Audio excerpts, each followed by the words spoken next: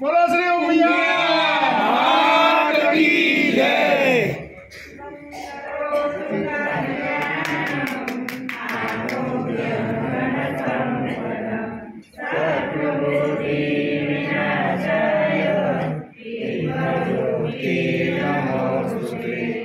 दीप ज्योति परब्रह्म दीप ज्योति जनार्दन दीपो हरतु मे पापं दीप ज्योति नमोस्तुते दीप ज्योति नमोस्तुते। बोलो श्री उमिया मात की जय।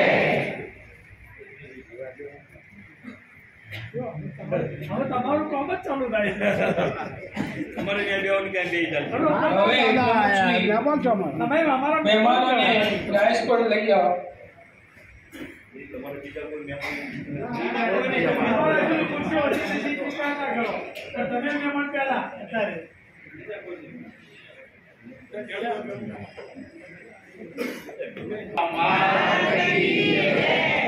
आप सब भाई बहनों सब सदा पधारे बदल आप सबको सब आप हार्दिक स्वागत करूं અને બોલતો છું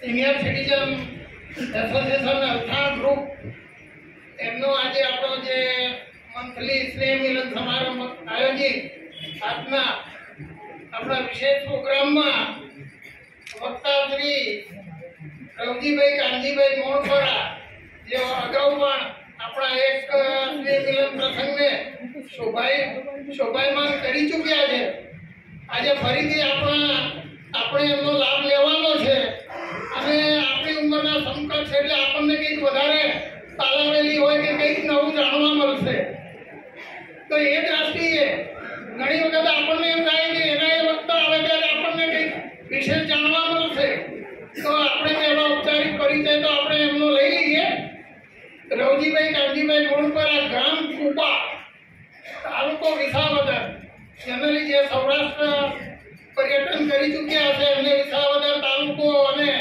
જે તે માહિતી હોય જ છે જનરલી ને જિલ્લો લાગે જુનાગઢ હવે હાલ ઘણા વર્ષોથી મોટા વરા છે એટલે કે સૌરાષ્ટ્ર જ્યાં મેજોરિટી આપણે મિની સૌરાષ્ટ્ર માનીએ છીએ વિસ્તારમાં કાયમ માટે સ્થાયી થયેલા છે અને તેઓ આનો એ વખતે એટલે કે જૂની ઓલ્ડ એસએસસી ત્યારના ગ્રેજ્યુએશન ધરાવે છે અત્યારે હાલ એમની ઉંમર 70 વર્ષ થયેલી છે પરંતુ એ વખતે ઓલ્ડ એસએસસી એ ટાઈમમાં એ ગ્રેજ્યુએટ થયેલા છે આ હિસાબે આપણને પહેરવેશ પરથી ઘણી વખત એવું લાગે છે કદાચ શિક્ષિત નહીં હોય પણ એ માન્યતા ખોટી છે જે પહેરવેશ કે જે કંઈ હોય છે એ પોતાના એરિયા અને પોતાના સમાજને અનુરૂપ હોય છે એટલે ઘણી વખત આપણી કલ્પના ખોટી પડે છે અગાઉ આપણે એમની વાણીએ ઘણું બધું આપણને જાણવા મળ્યું છે હવે વિશેષ માહિતી એમનું આપું કે પાંડુરંગ શાસ્ત્રીનો સ્વાધ્યાય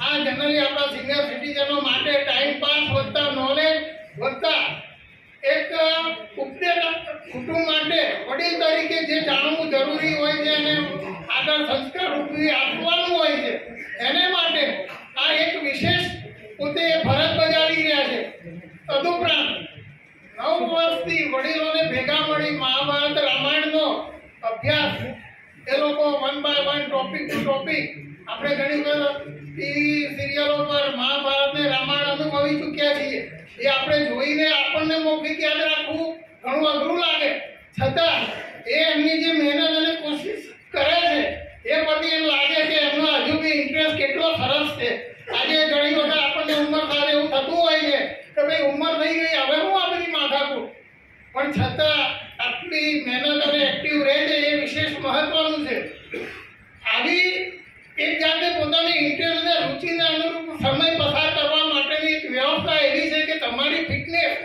તમારી તંદુરસ્તી વધારે સારી રહી શકે અને આજે એમની હાલચાલ મૂવમેન્ટ પરથી આપણને ખ્યાલ આવે છે કે ભાઈ બીજી રહેવાથી માનસિક શારીરિક બધી રીતે ફાયદો થતો હોય છે વત્તા વિશેષમાં કહું કે ઘરમાં નડતર તો નહીં થઈએ. બીજું આગળ વિશેષ માહિતીમાં સવારે રોજ રેગ્યુલર સોમથી શુક્રવાર દરમિયાન 9 થી 11 સવારનો સમય વડીલો વચ્ચે સિનિયર વડીલો વચ્ચે બેસીને એકબીજા સાથે જે ગોષ્ઠી કરી અને મન હળવું કરવાની એક સિસ્ટમ સારામાં સારી છે. જનરલી આપણા એરિયામાં પણ આપણે જોઈએ છીએ કે દરેક કોમ્પ્લેક્સ કે બિલ્ડિંગની આગળ 5-10 વડીલો અગર દાદીઓ બેઠેલી જ હોય છે જનરલી સાંજના ટાઈમે. તો એ હિસાબે શું છે, હવે માનો કે 2 દિવસ તમે ના આવો ઘરમાંથી કાપે કે ગ્રુપમાં બેસવા, તમે અકળાઈ જશો. તો આ પણ પાછળની નમતી ઉંમરે સમય પાસ કરવા માટેનો એક સરસ વિષય દાદાએ પસંદ કરેલો છે. વિશેષમાં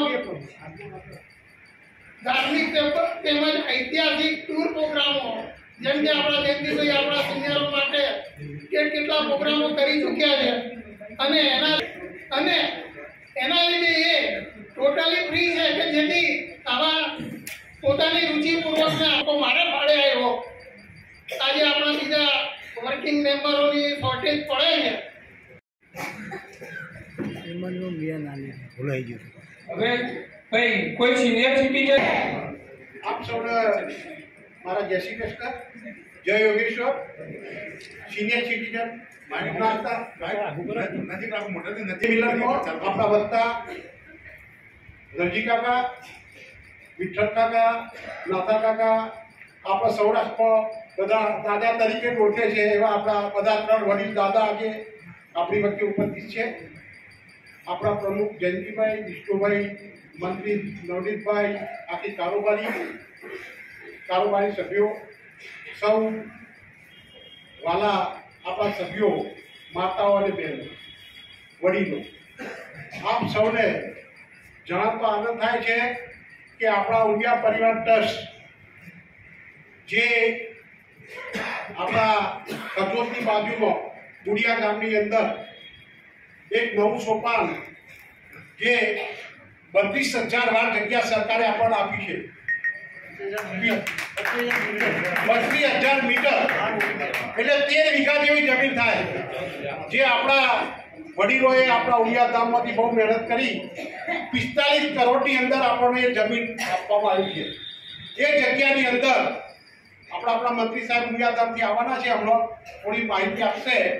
એમાં આપણે શેખરની ઉમા શક્તિ ધામ બનાવવા જઈ રહ્યા છીએ. એનો પ્રોગ્રામ 26 તારીખે આ શિવરાત્રીના દિવસે બપોરે 3 વાગ્યાથી ચાલુ થવાનો છે. એ શૈક્ષણિક ધામની અંદર આપણા મંડળે ફૂલ લઈ તો ફૂલની પોખડી આપવાનું નક્કી કર્યું છે.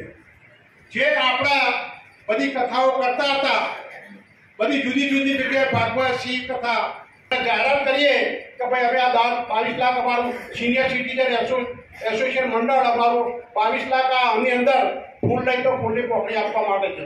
તમે બધા અમને મંજૂરી આપો છો કે કેમ? હાથ ઊંચા કરીને મંજૂરી આપો. ખૂબ ખૂબ આભાર તમારો. આ આપણા સારું કામ આપણું મંડળ કરતા રહે.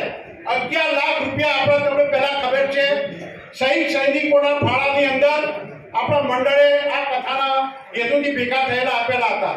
બીજા એવા જ હેતુ માટે જ્યારે 45 મા બાપ વાળાની દીકરીઓની આપણે ઉજ્જૈનની અંદર કથા કરી ને એમાંથી આપણે 25 લાખ રૂપિયા જેવા લોકોએ દાન આપ્યું હતું. એ આપણે 45 દીકરીઓના લાભાર્થી આપણે બધા તમે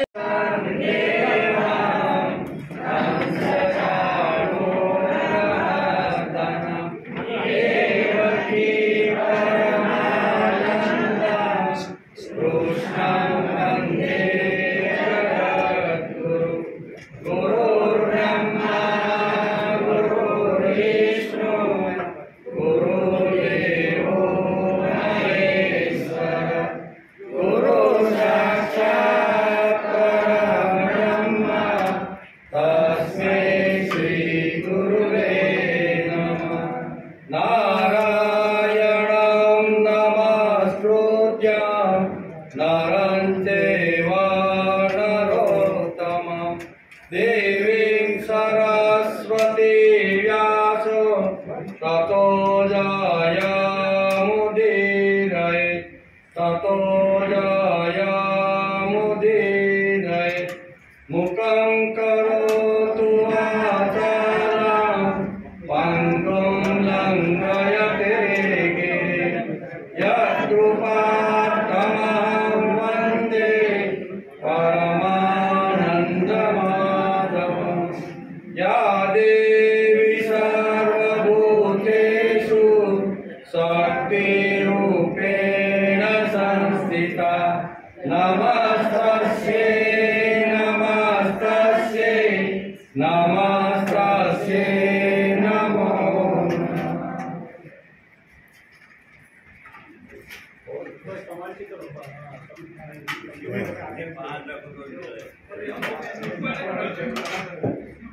Citizens Association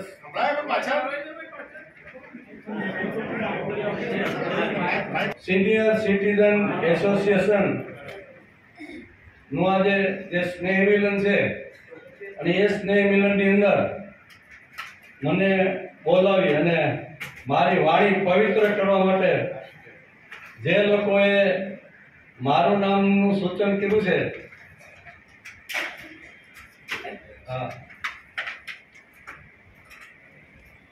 તે બધાનો ખૂબ ખૂબ આભાર. સિનિયર સિટીઝન એસોસિએશનના પ્રમુખ, ઉપપ્રમુખ, મંત્રી, સહમંત્રી, ખજાનચી, પછી આખું સંકલન કરીને આખું જે આયોજન કરવા માટે જે જબરદસ્ત મહેનત કરી રહ્યા છે એ બધાને હું અહીંયાથી બધાને નમસ્કાર કરું છું. કારણ કે એકલા આજે કોઈથી તાળી પડે નહીં. સમૂહ વગર કોઈથી કોઈ પણ મોટું કામ કરવાનું હોય, ગ્રુપનું કામ કરવાનું હોય, સમૂહનું કામ કરવાનું હોય, સંઘનું કામ કરવાનું હોય તો એમાં માનવ શક્તિ તો જોઈ જ. માનવ શક્તિ વગર શક્ય નથી. તેથી તમે બધાએ જે મહેનત કરી અને સ્નેહ મિલનનું જે આયોજન કર્યું અને મને યાદ કર્યો એ બહુ મોટી વાત છે. નહીં કે સુરતમાં તો ઘણા બધા બહુ લોકો રહેશે, પણ તમે મને યાદ કરી અને ઘણા સમય પહેલા તમારી મિટિંગમાં જ નક્કી થયું હતું કે અને મને મેસેજ મળ્યા કે ભાઈ તમારે 9 તારીખે આવવાનું છે. મેં જોયું મારે આજે રાત્રે અમરેલી જવાનું છે કાર્યક્રમમાં, એટલે ટાઈટ તો હતું. મેં 7 વાગે જો તમે મને છૂટો કરો તો હું તમને નામ આપું. કે કાંઈ વાંધો નહીં, 7 વાગે તમને અહીંથી ફ્રી કરી દઈશ. તેથી આપણે બધાને મળવાનું થયું. આટલા સરસ વયોવૃદ્ધ માણસો, સિનિયર સિટીઝન એસોસિએશન, 3 શબ્દ છે એમાં.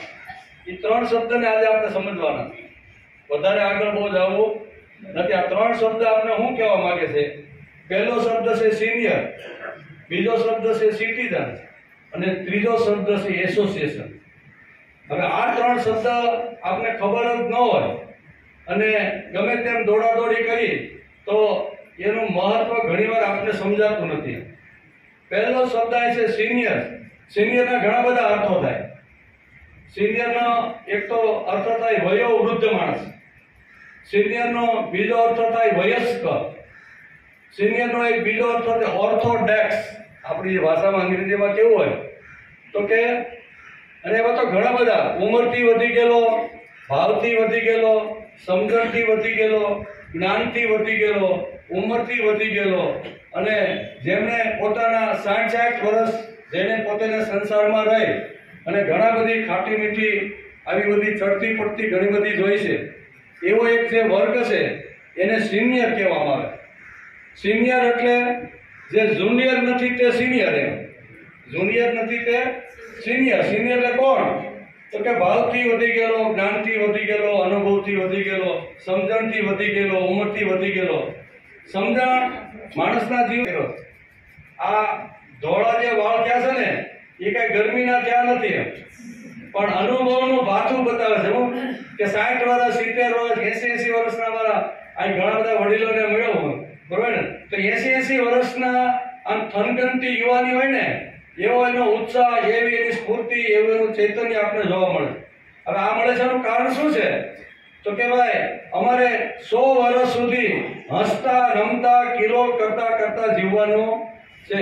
અમારે મુમૂર્ષ એટલે મરવાની ઈચ્છા વાળું નહીં, દિવસમાં જે 17 વાર મરતો હોય ને પાછો જીવતો થતો હોય, આવું જીવન અમારે જીવવું નથી. અમારે તો હસતા રમતા કિલો કરતા કરતા ઉપનિષદે કીધું ને કે પૂર્વન નિવે હે કર્માણી જીજી વિશેષતાઓ સમા એવમ તઈ નાન્ય તેસ્તી ન કર્મ લિપ્યતે નરે. માણસે 100 વર્ષ સુધી હસતા રમતા કિલો કરતા કરતા જીવન જે મળ્યું છે એનો આનંદ માણસને લૂંટતા આવડવો જોઈએ. બરોબર? પ્રતિકૂળ પરિસ્થિતિ આવવાની જ છે. બધાને બધી જ અનુકૂળતા હોય એવું દુનિયામાં એક પણ માણસ નથી કે એને 100% બધી રીતે અનુકૂળતા હોય. એને અહીંયા ગાંડા છોકરા પેદા થાય તો ઘણીવાર આપણે થાય કે આની અહીંયા સંપત્તિનો કોઈ આવી રીતનું ખામી નથી, પણ એને પ્રતિકૂળ પરિસ્થિતિ આવે છે. ઘરની અંદર આવી રીતનું ઘણીવાર છોકરાઓ સારા હોય, ધંધો સારો ચાલતો હોય, બરોબર ને, તો શારીરિક પ્રોબ્લેમ હોય, સામે બધી વસ્તુ ખાવાની પડી હોય પણ ખાઈ શકતા નથી. એટલે બધી રીતે અનુકૂળ ન હોય. માનો શરીર સારું છે, સંપત્તિ સારી છે, દીકરાઓ થાય, આ કજિયાખોર પત્ની મળી છે કે પતિ મળ્યો છે એનાથી આખા ઘરને ધમ પછાડા કરાવે છે. એટલે બધી વસ્તુ બધાને ક્યારે અનુકૂળ મળતી નથી. જે સમયે જે વસ્તુ મને મળેલી છે એમાં માણસે આનંદ લૂંટવાનો પ્રયત્ન કરવો જોઈએ. તેથી આપણા શાસ્ત્રકારોએ આપણે સુંદર એક બહુ સરસ એક સમજણ આપી છે. સિનિયરનો અર્થ થાય છે જેની પાસે ઘણું બધું જ્ઞાનનું, ભાવનું, અનુભવનું, સમજણનું ભાથું જે ભરીને બેઠો છે. 70, 80 વર્ષ સુધી પ્રતિકૂળ પરિસ્થિતિ હોય એની અંદર પણ ગમે તેમ કરીને હિંમતથી ઊભા રહેવાની જે તૈયારી કરી છે ને એ બધો અનુભવનું ભાથું એની પાસે છે. તેથી અહીંયા ઘણીવાર પાંડુરંગ શાસ્ત્રી દાદા પોતાના પ્રવચનમાં કહે છે કે ખરેખર વૃદ્ધ છે ને એ તો એક જીવનનો એક કૌશલ્ય આનંદ છે. જીવન જીવવા માટેની જો સારામાં સારી કોઈ જો કળા હોય તો વૃદ્ધત્વ છે. શા માટે? તો કે જીવનના ઘણા બધા પ્રસંગોમાં 60-70 વર્ષમાં ખાટી મીઠી બધી જ હોય અને આ બધો માણસ અનુભવ કરીને બેઠો છે. તેથી જીવનની અંદર નાસીપાસ ન થતા, હતાશા, નિરાશા ન આવતા, મને જે જીવન મળ્યું છે એને મારે સારી રીતે કેવી રીતે હું જીવી શકું એના માટેનો માણસે વિચાર અને છે. એ બધા આપણે સિનિયર છીએ. એટલે સિનિયર ઘણીવાર આપણે પ્રશ્ન થાય અને પાછો બીજો એક શબ્દ છે સિટીઝન અને ત્રીજો શબ્દ છે એસોસિએશન. હવે એસોસિએશનના પણ ઘણા અર્થ થાય. એસોસિએશન એટલે સમૂહ થાય, એસોસિએશન એટલે સંઘ થાય, એસોસિએશન એટલે આપણું ગ્રુપ થાય. આપણે જેમાં રહેતા હોય એમાં 550 નું ગ્રુપ છે તમારું. કેટલું? અલથાણ જે આપણું જે આ સિનિયર સિટીઝન એસોસિએશનનું જે ગ્રુપ છે એ લગભગ 500-550 ની લગભગ આજુબાજુમાં બધું છે. પણ અત્યારે ઘણા બધા કંઈક વ્યવહારિક અને કંઈ લગ્ન પ્રસંગના કાર્યક્રમમાં કોઈ બહાર ગયા હોય તેથી ઘણીવાર સંખ્યા આપણે પાતળી દેખાય. પણ આ મોટો ગ્રુપ છે. હવે ગ્રુપ આપણે ઘણીવાર મહાભારતનો વિચાર કરી, શ્રીમદ ભગવદ્ ગીતાનો વિચાર કરી. શ્રીમદ ભગવદ્ ગીતા જે વખતે મારા હાથમાં અત્યારે લઈને જે સ્વાગત કરીને ફૂલ લઈને શ્રીમદ ભગવદ્ ગીતા જે આપીને ત્યારે મનની અંદર થયું કે ખરેખર શ્રીમદ ભગવદ્ ગીતા છે ને એની અંદર દુનિયાના દરેક જે કઈ સોલ્યુશન છે દરેક સોલ્યુશન શ્રીમદ ભગવદ્ ગીતામાંથી આપણે મળે છે. ગમે તેવા બર્નિંગ પ્રોબ્લેમ પણ હોય ને તો પણ એ આપણે શ્રીમદ ભગવદ્ ગીતામાંથી ઉકેલ મળે છે. અને તેથી આપણે શ્રીમદ ભગવદ્ ગીતા જ્યારે આપવામાં આવી ત્યારે એકદમ આનંદ થયો. શ્રીમદ ભગવદ્ ગીતામાં અથવા મહાભારતનો જો આપણે ઊંડાણથી અભ્યાસ કરીએ તો એસોસિએશન એટલે શું એ ખ્યાલ આવી જશે. એસોસિએશન એટલે સંઘ, એસોસિએશન એટલે એક મોટું ગ્રુપ, એસોસિએશન એટલે અમારો સમૂહ, એસોસિએશન એટલે અમારું અમે જે 50, 150 કે 500 લોકો જે સાથે મળીને કરીએ એ આખો જે અમારો સંઘ છે એ સંઘ મજબૂત હોવો જોઈએ. સંઘ જો મજબૂત ન હોય અને સંઘની અંદર જો અંદરો અંદર કુસંપ હોય, એકાબીજા વેરથી ભરેલા હોય તો 11 અક્ષણી સૈન્ય પણ 7 અક્ષણી સૈન્યની સામે હારી જાય. શા માટે? કે 11 અક્ષણી સૈન્ય જેની પાસે હતું, જેની પાસે પિતામહ ભીષ્મ હતા, ગુરુ દ્રોણ હતા, કર્ણ જેવો મહારથી હતો, બરોબર ને, આવા બધા યોદ્ધાઓ છતાં અહીંયા 7000 અક્ષણી જેની પાસે અહીંયા પાંડવ પાસે હતું છતાં એનો વિજય થયો અને 11 અક્ષણી સેના હાર્યું. એનું કારણ શું ભાઈ? કે શ્રીમદ ભગવદ્ ગીતા જો આપણે વાંચીએ, મહાભારત જો વાંચીએ તો એની અંદર વ્યાસમુનિએ બહુ સરસ રીતે એની આપને સમજણ આપી કે આટલી મોટી શક્તિ, આટલું મોટો સંઘ, આટલું મોટું બળ, છતાંય આ 7 અક્ષરની સેનાની સામે આ પરાજિત કેમ થયું? તો પાંડુરંગ શાસ્ત્રી ઘણીવાર પોતાના પ્રવચનમાં અને જેણે ગીતામૃતમનો અભ્યાસ કર્યો છે તો એમાં દાદા ઘણીવાર કહે છે કે કૌરવ પક્ષ આવ્યા ને એના ઘણા બધા કારણો છે. આટલો મોટો સંઘ હોવા છતાં, આટલો મોટો સમૂહ હોવા છતાં એ હાર્યો એનું કારણ શું છે? તો કે એના કારણની અંદર અંદરો અંદર વેર છે. કેવું? અંદરો અંદર વેર છે. પિતામહ ભીષ્મને જે વખતે સરસેનાપતિ બનાવવામાં આવ્યા એ વખતે સાવણીમાં ચર્ચાઓ થતી હતી કે ભાઈ આવતીકાલે યુદ્ધ શરૂ થાય છે તો આપણા કૌરવ પક્ષમાં સરસેનાપતિ કોણ બને?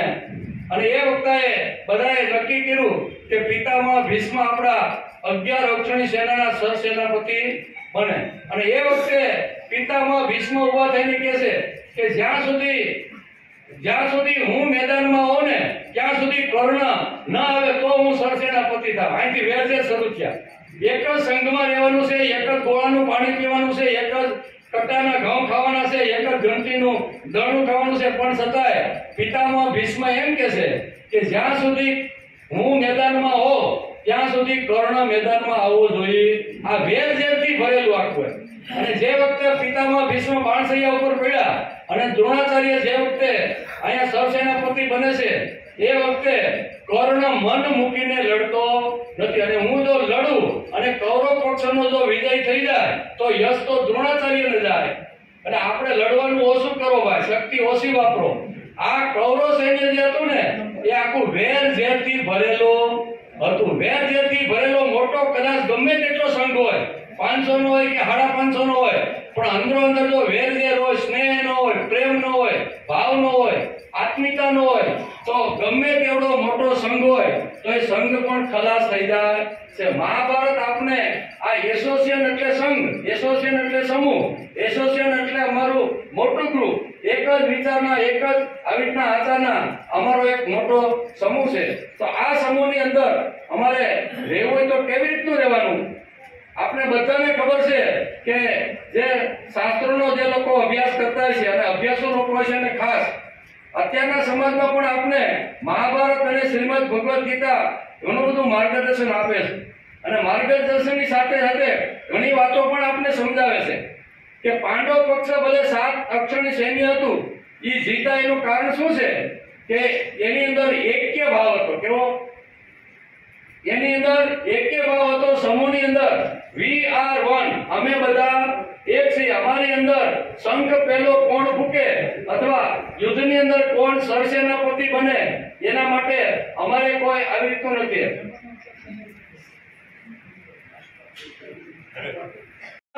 એટલે સમૂહની અંદર એક્ય ખૂબ જ અગત્યનું છે. અમારી અંદર ખજાનચી કોણ થાય, મહામંત્રી કોણ થાય, મંત્રી કોણ થાય, આવું સંકલન કરનાર કોણ થાય, એ અમારે કઈ, પણ અમારો સંઘ મજબૂત થવો જોઈએ. અમારો જે અહમ છે, અમારો જે ઈગો છે, અમારું જે કઈ છે ને એ સંઘની અંદર અમારે ઓગાળી નાખવાનો પ્રયત્ન કરવો જોઈએ. તો સંઘ હજારો વર્ષ સુધી ચાલે. નકર ઘણા બધા મોટા સંઘો ઉભા પણ થાય, હાલે પણ ખરા, અને 5-15 વર્ષની અંદર પાયાના કાળના પેટમાં ડકાઈ જાય છે. એવા સંઘો પણ આપણે ઘણીવાર જોતા હોઈએ છીએ. એનું કારણ શું છે કે સંઘની અંદર સ્વાર્થ ઘૂસ્યો.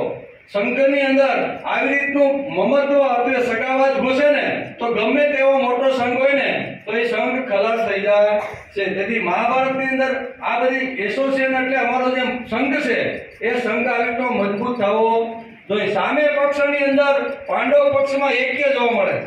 શા માટે? તો કે જ્યારે જેવી રીતની જરૂરિયાત હોય ને ત્યારે પોતાની પ્રતિજ્ઞાઓ બાજુમાં મૂકી અને અહીંયા પોતાનું જે અહમ છે એ બાજુમાં મૂકીને સંઘને સારું થાય, સંઘને ફાયદો થાય એના માટે પાંડવ પક્ષ તૈયાર થતો.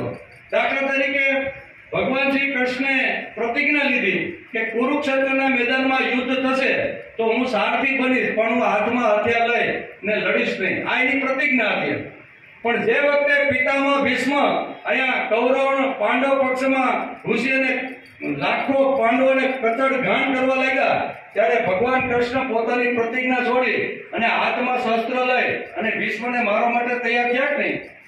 આ વ્યક્તિગત મેં કદાચ મારી પ્રતિજ્ઞા હશે પણ મારો સંઘને જો નુકસાન થતું છે તો મારી વ્યક્તિગત પ્રતિજ્ઞા તોડી અને સંઘ મજબૂત બને એના માટેનું માણસે કામ કરવું.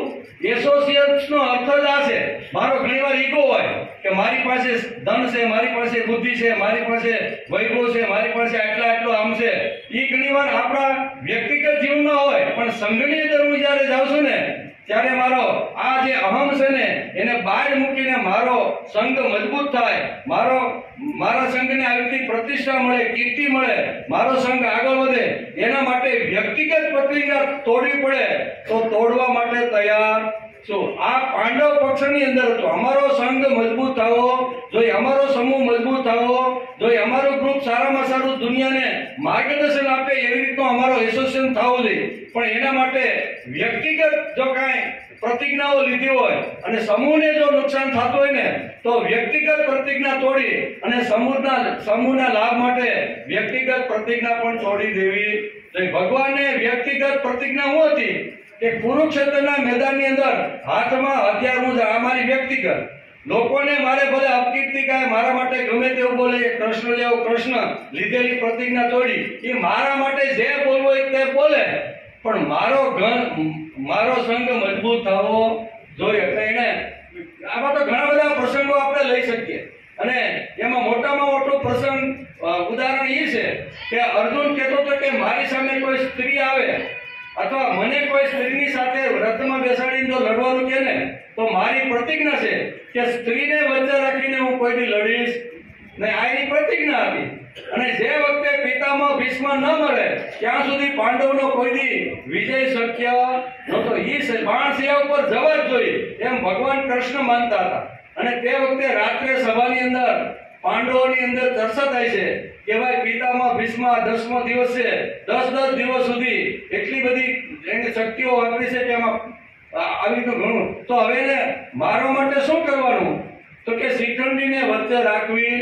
પછી અર્જુન તો આમ હાંફળો ફાંફળો થઈને શિબિરમાંથી બહાર નીકળી ગયો. મારા જેવો ક્ષત્રિય, મારા જેવો આવી રીતનો વીર, મારા જેવી કીર્તિ છે એવા માણસને, ક્ષત્રિય માણસને તમે સ્ત્રીને વચ્ચે રાખી લડવામાં બારે લડવું નથી. એ બહાર નીકળતો તો આ ભગવાન આમાં મળે. કેમ અર્જુન આ લાભ પીળો કેમ થઈ ગયો? કેમ ક્રોધની અંદર આટલું બધું? કે આ બધા મારા ભાઈઓ બાયલા છે.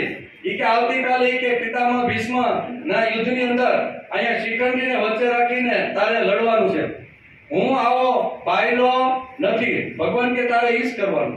હું કીધું શ્રી કૃષ્ણે કીધું કે બરોબર, જે અંદર શિબિરમાં જે કાંઈ સંઘે નક્કી કર્યું છે એ પ્રમાણે એને પોતાની પ્રતિજ્ઞા તોડી અને શિખંડીને વચ્ચે રાખી અને યુદ્ધની અંદર વિજય અપાવે છે. કહેવાનો હતો કે આ બધી જે વાતો છે એ સંઘની અંદર ખૂબ જ જરૂરી છે. અને સંઘ મજબૂત ક્યારે થાય? તો કે એની અંદર વયોવૃદ્ધ માણસો, વયસ્ક માણસો જો સારી રીતે અનુભવનું ભાતું જો વાપરતા હોય તો એ થાય છે. ઘણીવાર આપણે એમ થાય કે આપણે 60, 70 વર્ષ સુધી કુટુંબ માટે, પરિવાર માટે ઘણું બધું મહેનત કરી, ધંધા માટે કરી, નોકરી માટે કરી, રાત દિવસ જોયા વગર મારો દીકરો સારો થાય, મારો દીકરો ભણે, મારો દીકરો મોટો થાય, મોટો ડોક્ટર બને, કલેક્ટર બને, બિઝનેસ બને, એના માટે જે મા બાપે 60, 65 વર્ષ સુધી એની પાછળ જેને મહેનત કરી અને એ દીકરાને આવી રીતનો જ્યારે સમાજની અંદર આવી રીતનું મહત્વ અપાવે છે તો કહેવાનો અર્થ કે આટલા વર્ષ સુધી જે માણસ મહેનત કરી અને પોતાના દીકરો સારો થાય, ધંધામાં આગળ વધે, નોકરીમાં આગળ વધે અને જ્યારે આ બધું થાય છે અને એ વખતે ઘણીવાર આપણે વડીલોની હાલત જોવા મળતી હોય છે. સમાજના આપણે ફરીને ત્યારે ઘણીવાર કહીએ કે બાપા ગેલેરીમાં કેમ આવ્યા? તો કે યુવાન હતા, 20 વર્ષે એને લગ્ન કર્યા અને લગ્ન કર્યા પછી એ સરસ મજાના આ ફ્લેટની અંદર રહેવા માટે આવ્યા હતા. 3 રૂમ, રસોડું હતું. ધીમે ધીમે મોટા દીકરાના લગ્ન થયા અને મારે બીજા રૂમ, આમ કરીને 2 દીકરાના લગ્ન થયા, 2 રૂમ ખાલી થયા અને હવે મારો જે ખાટલો છે ને એ ગેલેરીમાં આવી ગયો છે. ક્યાં આવી ગયો? ગેલેરીમાં આવી ગયો. ગેલેરીમાં આવે ત્યાં સુધી વાંધો નહીં, પણ ઘણીવાર આપણે ઘણા વડીલોની બહુ ખરાબ પરિસ્થિતિ જોતા હોય છે. એનું કારણ શું છે કે ગૃહસ્થાશ્રમ જે મજબૂત હોવો જોઈએ. ભારતની સંસ્કૃતિની અંદર વૃદ્ધાશ્રમ હતો જ નહીં. આપણે ગીતા વાંચી, ઉપનિષદ વાંચી, કોઈ પણ શાસ્ત્રનો અભ્યાસ કરીને એમાં કોઈ જગ્યાએ વૃદ્ધાવસ્થાનો એટલે કે આવો કોઈ જગ્યાએ ઉલ્લેખ જ નથી કે ભાઈ વૃદ્ધાશ્રમ ખુલે. શા માટે? કે ગૃહસ્થાશ્રમ પાવરફુલ હતો. જે ઘરની અંદર વયોવૃદ્ધ અમારા મા બાપ રહે છે એ જ અમારા ભગવાન છે. અમારા ભગવાનને કાંઈ મંદિરમાં જોવાનો નથી, તીર્થક્ષેત્રમાં જોવાનું છે. અમારા ઘરની અંદર વયોવૃદ્ધ માણસો જે છે ને, જેને અમને પાળી પોષીને મોટા કર્યા, અમારે પાછળ રાત દિવસ મહેનત જોયા વગર કદાચ ઘણીવાર અગવડતા આવી છે, એ બધું સહન કરી અને અમને જેને મોટા કર્યા, અમને જેને મહાન બનાવ્યા, અમને જેને ધન્યવાદ, એ અમારો ભગવાન છે. આ વિચાર સમાજમાંથી, કુટુંબમાંથી, પરિવારમાંથી, ઘરમાંથી જ્યારે જાય ને, ત્યારે એને કળિયુગ કહેવામાં. કળિયુગ એટલે આ કે જે કૃતજ્ઞતા, કરેલો પ્રેમ અને કરેલું જે કામ ભૂલે છે ને એને પશુ કહેવાય, અને કરેલો પ્રેમ અને કરેલું કામ જે ભૂલતો નથી એનું નામ માણસ. માણસ અને પશુની અંદર આટલો ફરક છે. કરેલો પ્રેમ અને કરેલું કામ જે ભૂલતો નથી તે માણસ, અને કરેલો પ્રેમ અને કરેલું કામ જે ભૂલી જાય છે એને પશુ કહેવામાં આવે છે. તેથી ભારતીય સંસ્કૃતિની અંદર જબરદસ્ત 4 આશ્રમોની વ્યવસ્થા કરી છે. આપણે આગળ કીધું ને કે ઈશાવાસ્ય ઉપનિષદ આપણે જો વાંચી તો એમાં જ લખ્યું છે કે કુર્વન નેવે કર્મણી જીજી વિશેષતાઓ સવા એવં તઈ નાન્ય તેસ્તી ન કર્મ લિપ્યતે નર. માણસે 100 વર્ષ સુધી હસતા રમતા જીજી વિશા કે વિજયની આકાંક્ષા રાખીને, મુમૂર્ષુ નહીં, કેવું હું કોઈ પણ ક્ષેત્રમાં ગમે તે સ્થિતિમાં છે ને ત્યાં મારો 100% વિજય થવાનો છે, આવા મુમૂર્ષ રીતે નહીં પણ જીજી વિશેષતાઓ સમાહા 100 વર્ષ સુધી હું હસતા રમતા કિલોલ કરતા જીવું. બરોબર? એવી ભારતીય સંસ્કૃતિની અંદર આવી એક જબરદસ્ત એક મોટી વ્યવસ્થા હતી, અને એ વ્યવસ્થા એટલે વર્ણાશ્રમ વ્યવસ્થા. વર્ણો અને આશ્રમ જો મજબૂત હોય ને તો કોઈ દિવસ વૃદ્ધાશ્રમ ખુલે નહીં. તેથી શાસ્ત્રીની અંદર 2 આશ્રમો આપણે જે છે ને એ પ્રવૃત્તિના છે, અને 2 આશ્રમ છે આપણા નિવૃત્તિના.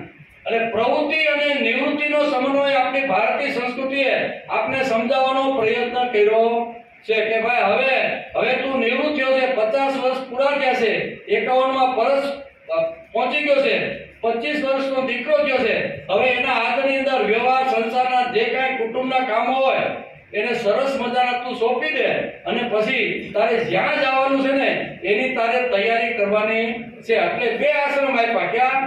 પેલો બ્રહ્મચર્ય અને ગૃહસ્થાશ્રમ. આ 2 આશ્રમ પ્રવૃત્તિના છે. 1 થી 25 વર્ષ સુધી મારે વિદ્યા મેળવવાની છે, જ્ઞાન મેળવવાનું છે. બ્રહ્મચર્ય વ્રત પાળી અને સરસ્વતીની ઉપાસના કરી અને જે ફેકલ્ટીમાં મારે જવાનું છે, ડોક્ટર થવું હોય તો ડોક્ટર, એન્જિનિયર થવું હોય તો એન્જિનિયર, આઈટીમાં જવું હોય જે ક્ષેત્રમાં જવાનું છે ને એ 25 વર્ષમાં તળિયા સુધી જવાનું. જે ક્ષેત્રમાં મારે જવાનું છે એનું પૂરેપૂરું જ્ઞાન મેળવવા માટે આપણે ભારતીય સંસ્કૃતિમાં 25 વર્ષ આપી દીધા, અને એને કહેવાય છે બ્રહ્મચર્યાશ્રમ. 25 વર્ષમાં બ્રહ્મચર્યાશ્રમનું આચરણ કરી અને દુનિયાના કોઈ પણ ખૂણામાંથી મારે જ્ઞાન અને વિદ્યા અને મેળવવાનું, એના માટે 25 વર્ષ આપ્યા. 25 વર્ષ તો થાય એટલે બાપ કાન પકડી અને એને ગૃહસ્થાશ્રમમાં જોડી દે. ધીમે ધીમે એ પોતાનો સંસાર શરૂ કરે છે.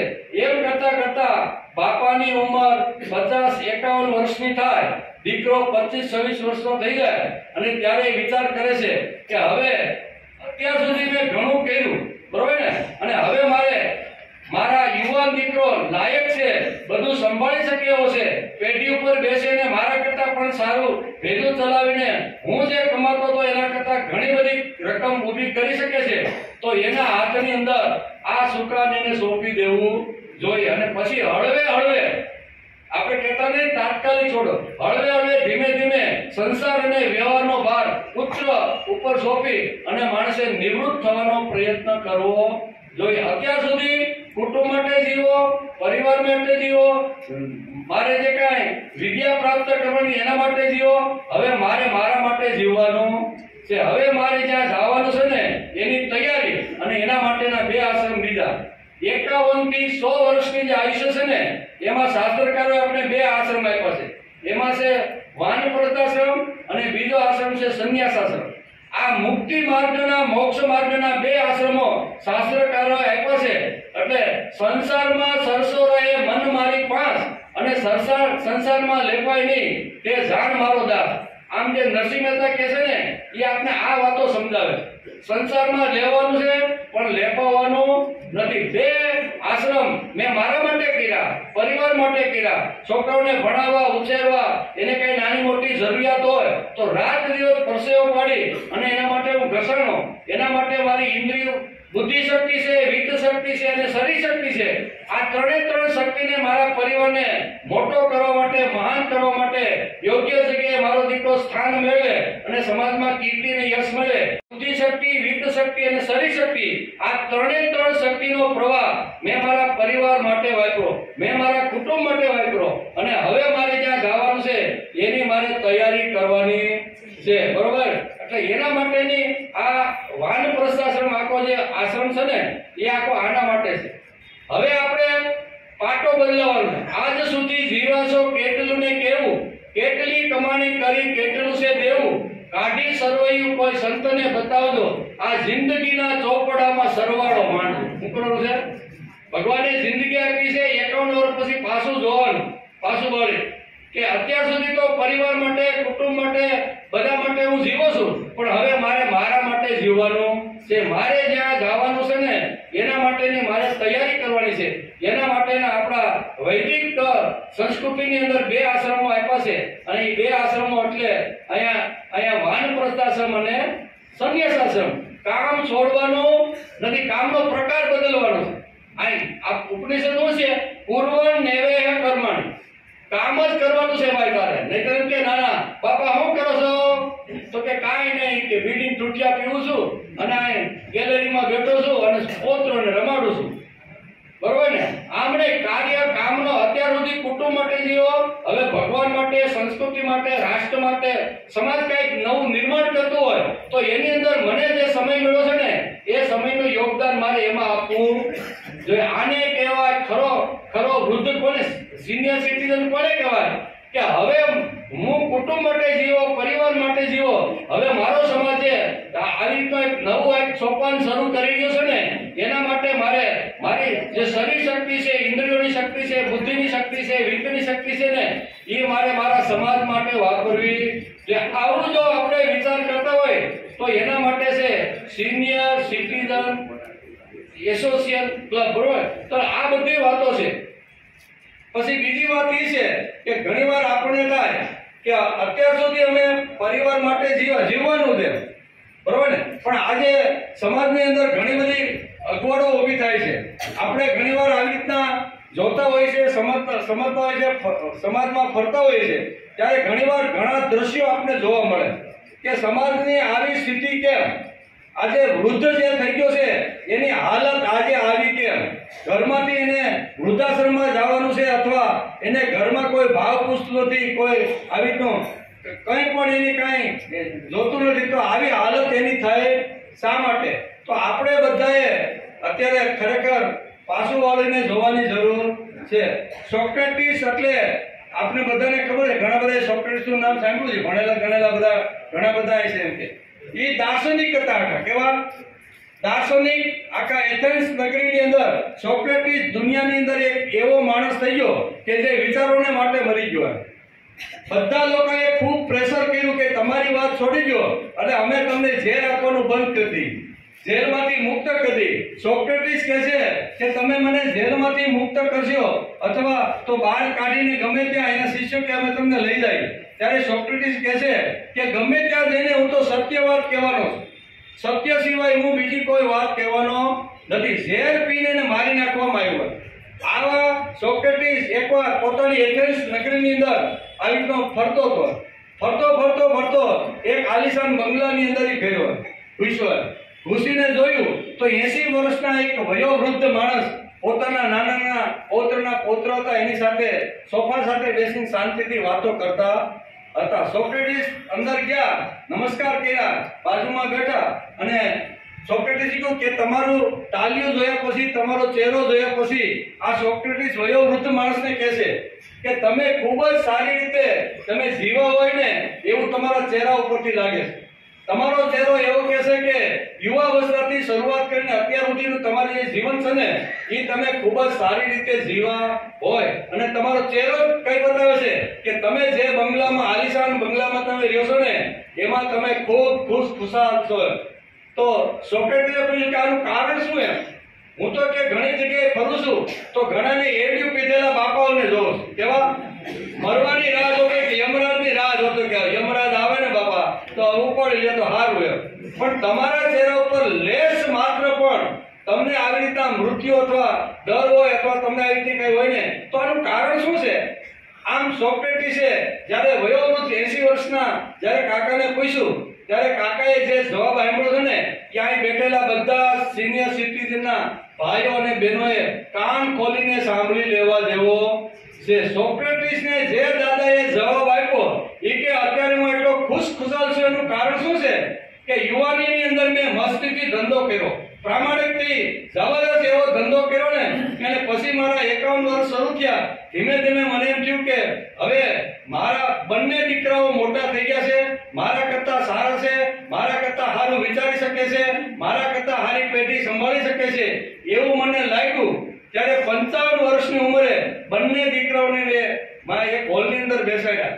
પતિ પત્ની બેઠા છે, નાના નાના બે પોત્રો બેઠા છે અને સમૂહની અંદર આ વયોવૃદ્ધ દાદા જે સોક્રેટીસને જે જવાબ આપે છે ને એ કે બંને દીકરા અને મારી જે પુત્ર વધુ છે એની સાથે હું બેઠો અને મેં કીધું કે હવે મારા 55-56 વર્ષ થઈ ગયા છે, અત્યાર સુધી હું ધંધા માટે તમારા માટે તમને મોટા કરવા માટે તમને સારા સંસ્કાર મળે, સારો ધંધો મળે એટલા માટે મેં રાત દિવસ મહેનત કરી છે અને સુંદર મજાની આટલો મોટો વૈભવ અને આટલી મોટી ફેક્ટરી આજથી આ બધો જે વ્યવહારનો કારભાર છે, ધંધાનો કારભાર છે, જે કાંઈ બહારનો જે કાંઈ કારભાર છે ને એ આજથી હું તમારા બંને દીકરાઓની ઉપર મૂકું. તો આજથી હું ઘરની અંદર કશું જ કાંઈ તમને સલાહ આપવા માંગતો નથી. જે ખાવા આપશે તે ખાઈ લઈશ, જે થોડું ઘણું નાનું કામશીલ છે તો એ કરીશ, પણ તમારા કામની અંદર હું દખલગીરી ક્યારેય કરીશ નહીં.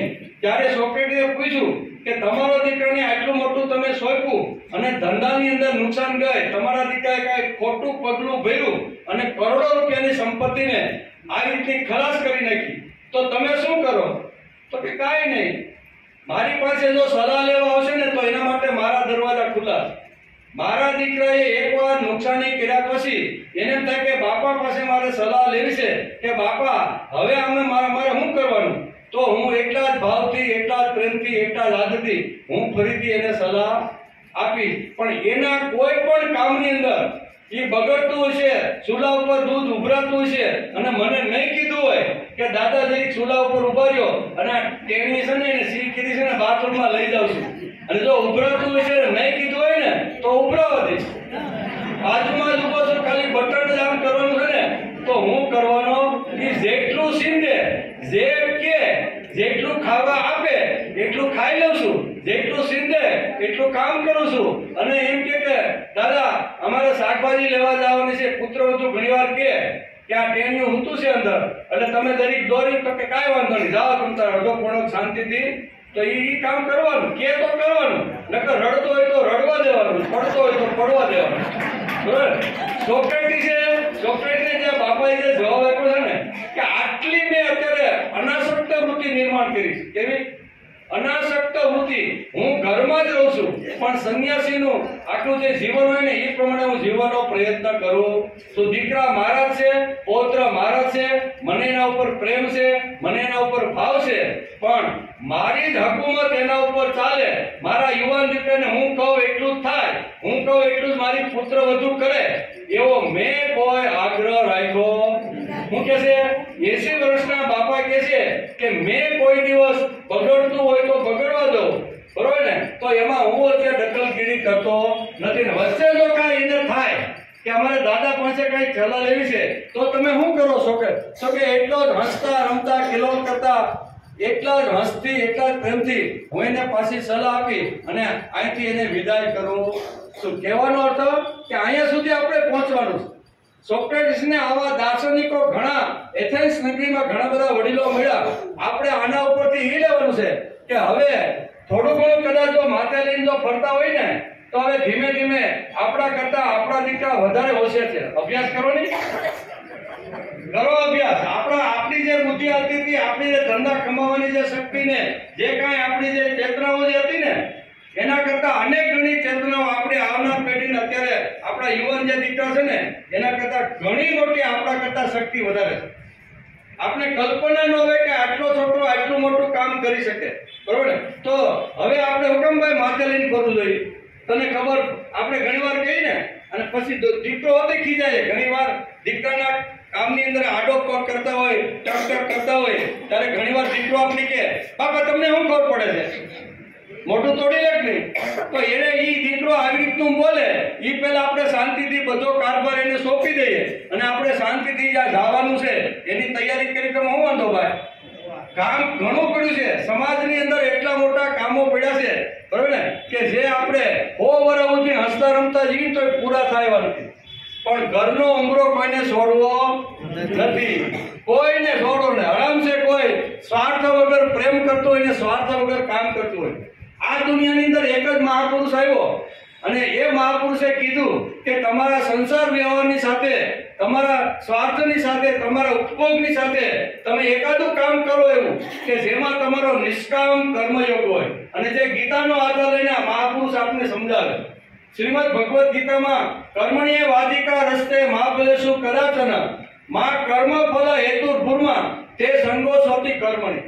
વયોવૃદ્ધે શું કરવાનું છે?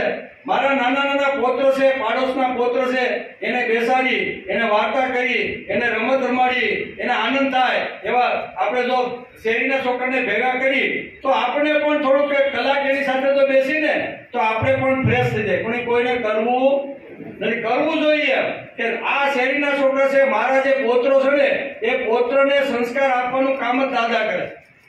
આપણે તો દાદાનો આપણે જો પદવી મળી ગઈ હોય તો દાદાની પદવી આ છે કે અમારા કુટુંબમાં, અમારા પરિવારમાં હું મોભી છું, પ્રમુખ છું. પ્રમુખ હોય તો બધાને વ્યવસ્થિત રીતે સારા સંસ્કારો મળે, સારું આયુષ્ય મળે. એના માટે વયોવૃદ્ધે ખાસ ધ્યાન રાખવાનું હોય છે. તો આ કામ આપણે આજે કરવાનું કે સમાજની અંદર, કુટુંબની અંદર, પરિવારની અંદર અથવા આવા યજ્ઞીય કોઈ સારા કામ થતા હોય એની અંદર માણસે કોઈ પણ પ્રકારની અપેક્ષા રાખ્યા વગર, ચાના કપની પણ અપેક્ષા નહીં અને મારે નિષ્કામ કર્મયોગ કરો છે ને આને ગીતાકારે ભક્તિ કીધી છે. તો આમાં ક્યાં ભાઈ અઘરું છે?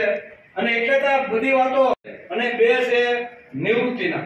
યુવાન હતા આપણે અને ઘરની અંદર 25,000 રૂપિયા જયારે મહિને લઈને આવતા હતા ને ત્યારે બધા ખુશ થતા હતા કે નહીં? કે વાહ, પત્ની પણ ખુશ થાય, બાળકો પણ ખુશ થાય કે અમારા પપ્પા એટલા પૈસા લાવ્યા, ઘરવાળી થાય. અને હવે તો લાખની વાત છે કે આ તો જૂના આપણા જમાનાની વાત છે. તો એ 25,000 તો બહુ મોટા હતા. અને એ વખતે જયારે ભાઈ 5 વાગે બેંકમાંથી છૂટો થાય અને પોતાની ઘરે આવે 5:30, 6 વાગે અને એ વખતે શાંતિથી સોફા ઉપર બેસાડે, પત્ની લાવે સરસ મજાનો, ઉનાળો હોય તો સરસ મજાનું ખસખસનું પાણી લઈને પહેલા એને પાઈ દે કે તમે શાંતિથી બેસો. બહુ 8 સવારે નીકળી ગયા હતા, 10 વાગે ને પાછા 6 વાગે આવ્યા એટલે થાક્યા છો આમ એમ કરીને વાત કરે કે નહીં? આમ બધી સારવાર આપણી થતી હોય પણ એનો એ યુવાન જયારે 58 વર્ષના રિટાયર થાય, બરોબર, અને એકી સાથે બધું પેન્શન 25-50 લાખનું આવી ગયું હોય અને છોકરાને કે લે તારા ધંધામાં વાપરવો હોય તો વાપરે. અને પછી જે બાપા ઘરમાં આવે ને 60-70 વર્ષે ઈના ઈ બાપા ત્યારે શું થાય? 3 વાર યાદ કરે ને, બેટા પાણી આપની, પહેલી વાર સાંભળે નહીં, બેટા પાણી આપની, સાંભળે નહીં, લાકડીનો ટેકો મૂકી પેલા સાંભળો છો કે નહીં? તા તો ઢોળાતું આવે. 3 વાર આપણે ઈનો ઈ માણસ 25 વર્ષ પહેલા જયારે સોફા ઉપર બેસતો હતો ત્યારે એને ખસખસનું પાણી મળતું હતું. શિયાળો હોય તો ગરમ ગરમ ચા કોફી મળતી હતી અને પછી શાંતિથી બેસીને કે શાંતિ રાખો, ગરમ ગરમ રસોઈ બને. આવું કામ હતું ભાઈ. શંકરાચાર્ય લખ્યું છે, શંકરાચાર્યના જેને અભ્યાસ કર્યો છે એને લખ્યું છે. શંકરાચાર્યને ખબર જ હતી કે આ બધી વાતો આવવાની છે અને એને શ્લોક લખી રાખ્યો કે યાવદ વીતો પાર્જન શક્ત તાવનિજ પરિવારો રક્ત પચન ધાવત જર્જર દે વાર્તા પૃચ્છતી કોપી નગે ભજ ગોવિંદમ મુઢમતે પ્રાપ્તે સન્નિહિતિ મરણે નહીં રક્ષતી ડુંકુશ કરણે. આદ્ય ગુરુ શંકરાચાર્ય 1600 વર્ષ પહેલા થઈ ગયા. કાશી નગરી પવિત્ર, બધી નગરીઓમાં જે આપણી નગરીઓ છે ને એમાં પવિત્ર નગરીઓ 7 નગરીઓ છે ને એમાં કાશીનું નામ આવે છે, બરોબર ને? તો એ કાશીની પવિત્ર નગરીમાં ગંગામાં સ્નાન કરી અને શંકરાચાર્ય 16-17 વર્ષની એની ઉંમર અને આ બધી કાશીની ગલીમાં ફરે છે. ફરતા એક સાંકડી ગલીમાં પ્રવેશ કર્યો તો એક બાપા 80 વર્ષના બાપા હાથની અંદર પાટી અને પેન લઈને બેઠા હતા. શંકરાચાર્ય વિચાર કરે છે વયોવૃદ્ધ થઈ ગયા છે, અહીંયા સંસારની અંદર લાકડા પણ એના પહોંચી ગયા છે અને આ પાટીમાં લઈને શું કરે છે જો તો કરો. શંકરાચાર્ય એની પાસે બેઠા બાપા શું કરો છો? તો કે કાંઈ નહીં, કલમ કર્યો ગાય ઘડો ખૂટું છે. શંકરાચાર્ય વિચાર કરે છે કે 80 વર્ષથી આ ધોળા વાળ થઈ ગયા, મોઢામાંથી દાંત પડી ગયા, કાને સંભળાતું નથી, લાકડીને ટેકે હાલો છો, તમારી ચામડી બધી શરીરની બહાર નીકળી ગયેલી છે, આવું બધું છે અને તમે આવો છે? એ કે ના ના, જાતા થાય, કલમ કર્યો ગાય ઘડો ઘૂટી લો ને. હવે આ 80 વર્ષે હાથમાં પાટી અને પેન લઈ અને જે 80 વર્ષના બાપા હાથમાં વચનો લઈને જે ઘૂંટે છે અને એ વખતે શંકરાચાર્યના મુખમાંથી શબ્દો સરી પડ્યા. શું કીધું કે અંગમ ગલિતમ ફલિતમ મુંડમ દસન વિહીનમ જાતમ તુંડમ વૃદ્ધો યાતિ ગૃહીત્વા દંડમ તદપી ન મુચ્યતે આશા પિંડમ ભજ ગોવિંદમ મુઠમતે પ્રાત્ય સન્નિહિતિ મરણે નહીં રક્ષતી ઢુંકુસ કરને. કે હે વયોવૃદ્ધ દાદા, આ કલમ કર્યો ગાય હવે તમારું રક્ષણ કરવાનું નથી, તમારે આંખમાં હુજવાનું બંધ થઈ ગયું છે, આમ હાથ તમારા ધ્રુજે છે, લાકડીને ટેકે આવો છો, કાને સંભળાતું નથી, મોઢામાંથી દાંત ઉતાર નીકળી ગયા છે અને હવે તમે આ ઉંમરે આ કરો બેટા, આ તમારા જેવા વયોવૃદ્ધ માટે યોગ્ય નથી. ત્યારે વયોવૃદ્ધે કે મારે શું કરવાનું? અને એ વખતે કહે છે શંકર, ભજ ગોવિંદમ મુઢમતે પ્રાત્ય સન્નિહિતિ મરણે નહીં રક્ષતી ઢૂંઢ. આ તારું રક્ષણ કરશે નહીં, તારું રક્ષણ હવે ગોવિંદ કરશે. એ ગોવિંદ પાસે જવાનું છે, એના ખોળામાં બેસવાનું છે, ગોવિંદને ગમતું થવાનું છે, એવા કામ તારે હવે કરવાના છે. તેથી શંકરાચાર્ય પણ લખ્યું કે યાવદ વિતો પાર્જન શક્ત. ઘરની અંદર યુવાન છે, 25 વર્ષે નોકરીએ લાગ્યો છે અને 25-50 હજાર કે લાખ રૂપિયા મહિને આપતો છે, ત્યાં સુધી ઘરના બધા જ લોકો એને સારી રીતે સંભાળે છે, સારી રીતે કેર રાખે છે, કાળજી રાખે છે, બધું જ. પણ કોઈ પણ પ્રકારનો દુઃખ ન પડે. શા માટે?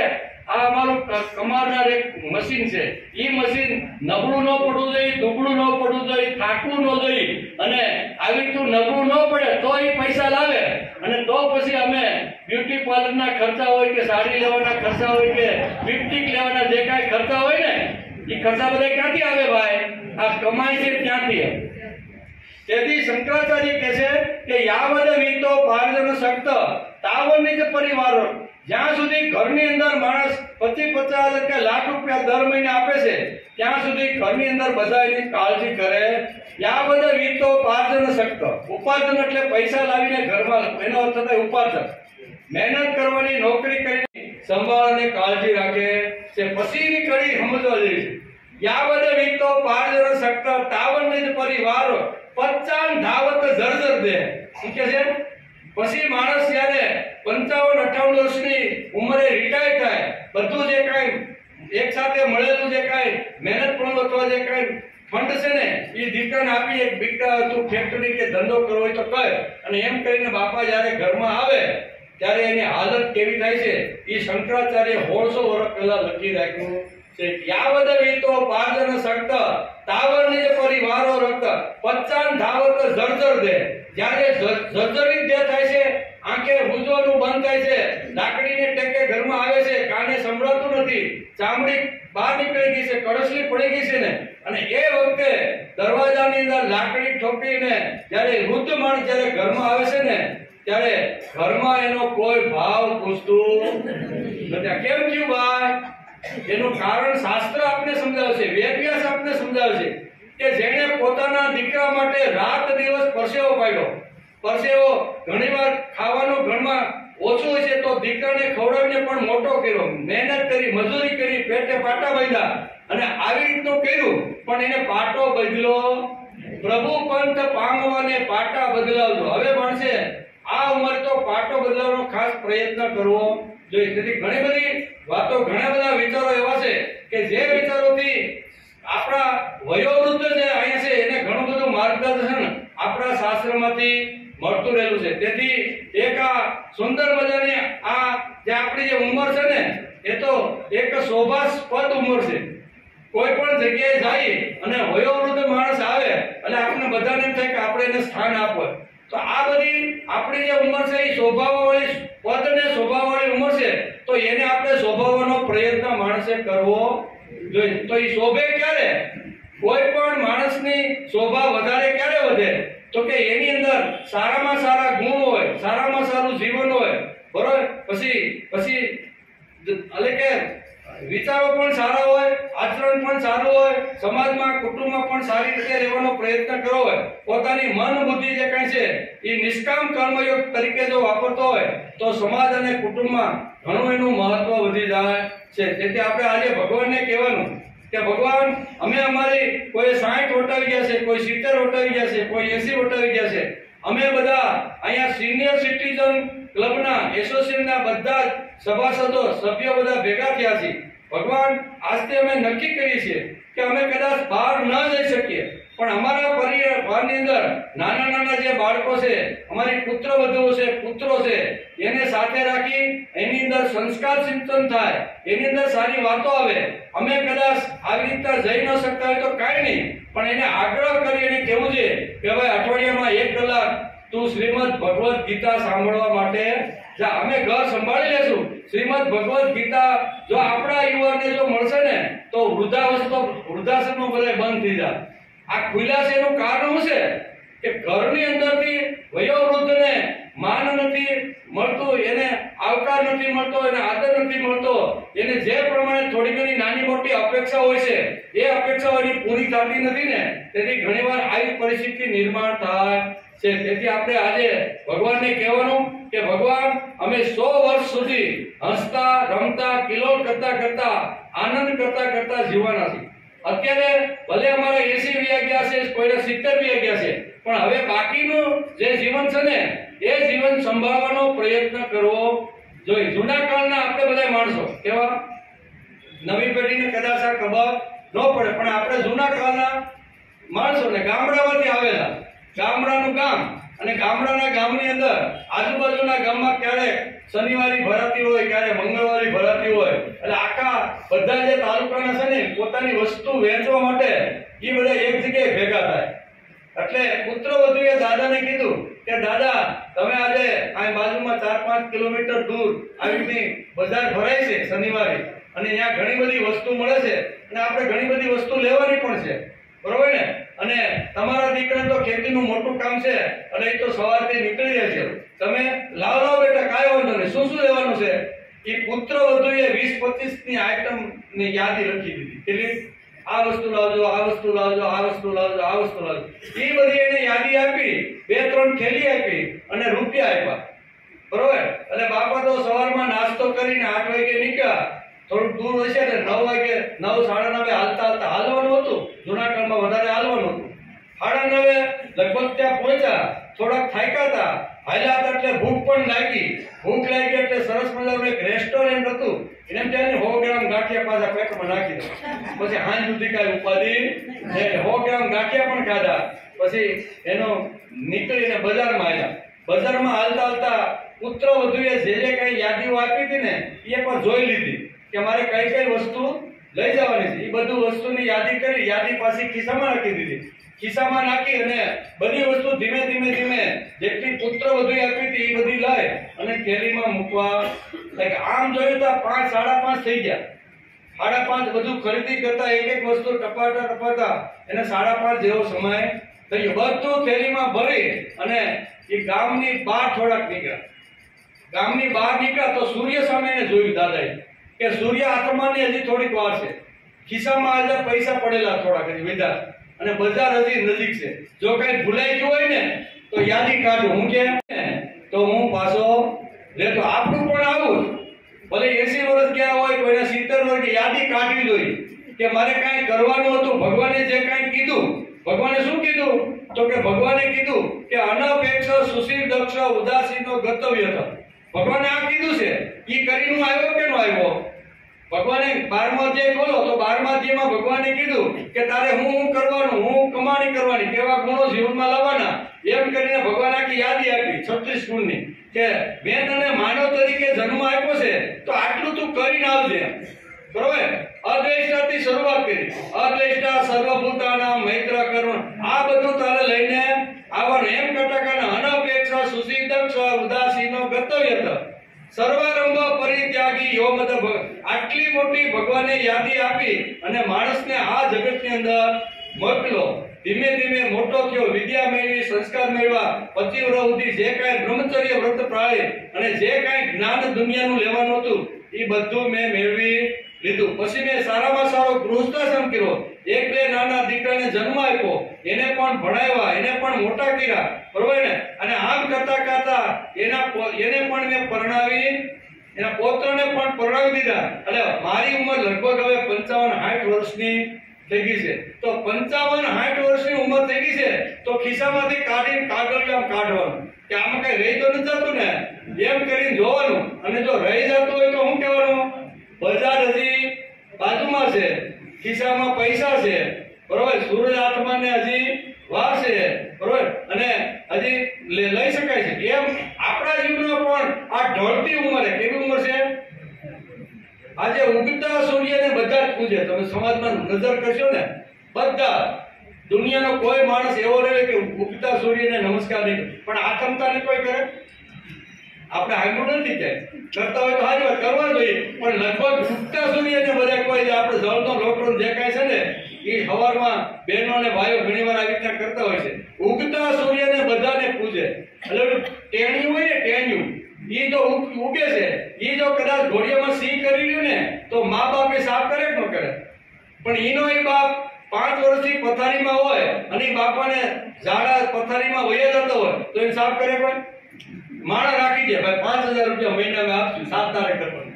એટલે આથમતો સૂર્ય છે.